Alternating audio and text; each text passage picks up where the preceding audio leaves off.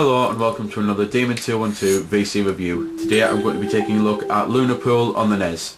Just so you know, it's not a traditional pool game as in you've got 8 ball and 9 ball and the whole point is to put the 8 or the 9 and stuff like that. It's actually a puzzle trick shot type game.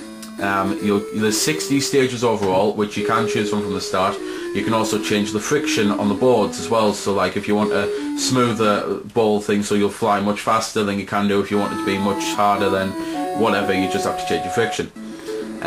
Not every board is a simple pool table board with like 6 balls. Some have more balls, some have less balls, and every table will change. Some will be in diamond shapes and the likes, so as I say, it's like a trick shot. Whole point is to put all the balls and then you go on to the next stage. In the top right corner, the 8 flashing red balls are your power meter.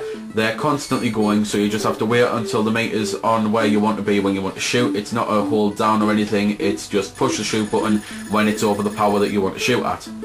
You've got a cursor that you can move there, as if you notice about the 4 ball, you can see there. Unfortunately the graphics are pretty bad on this and it's very hard to pick up even with clear screen quality, let alone when a camera's viewing it.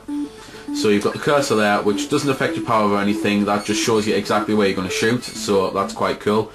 And in the top right corner you've got your shot meter, which are the blue flashing balls. Basically the shot meter is when you take a shot and don't put a ball, the shot meter will go down, and you can do that 3 times before you lose a life. However, if you put a ball, then it will reset back to the 3, so it's not as if you've got 3 until the end of the stage.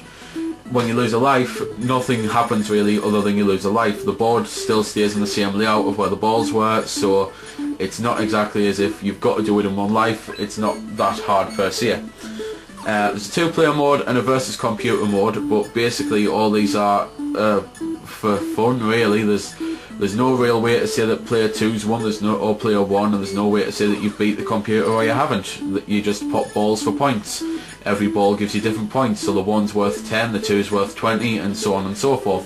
So I suppose once you finally decide to give up, you can see who has the most points, but there isn't really a what I won, no you didn't win, I put the most balls type thing. It's just you both play for fun.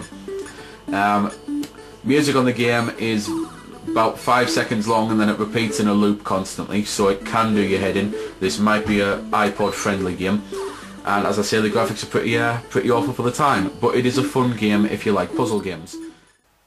So there we go then, that's been the review. I hope you found it helpful. I don't score the games because that's based purely on opinion, so instead I'll leave you to make your own mind up.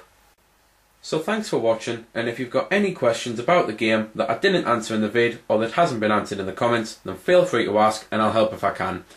Also, if you did find it helpful, don't forget to check out my channel because there's plenty more like this up there, and don't forget to subscribe because there'll be plenty more to come as well. So until next time, this has been Demon 212, signing off.